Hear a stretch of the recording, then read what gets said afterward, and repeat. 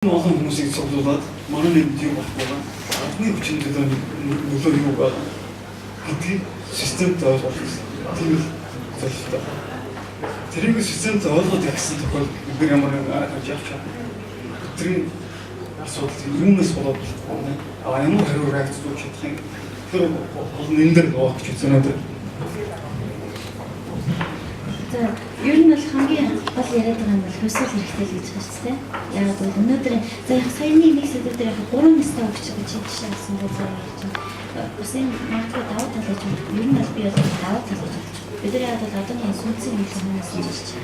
Тэгэхээр бид нар энэ шинээр шал өөр тогтолцоо энэ хөвсөлийг хийх ёстой байхгүй. Бид нар тэрийг дагаад явах ёстой биш.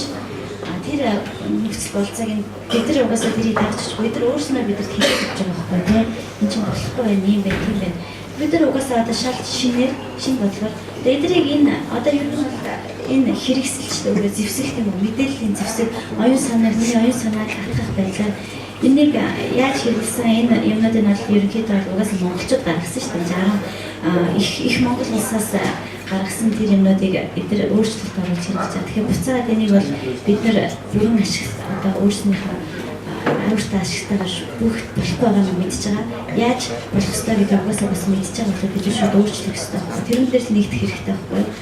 Энэний хойноос ингэж явахаа болоод бид нар өөрөөр тэрэн дээр одоо бүгдээ хийх юмнууд дээр бол угаасаа зүгээр уулзалт ярих гэж нэгдэх хэрэгтэй. Тэрийг бол мэрэгчил чиглэлээрээ мэрэгчлээ хүмүүс өөрсдөө хангаж ажиллах хэрэгтэй.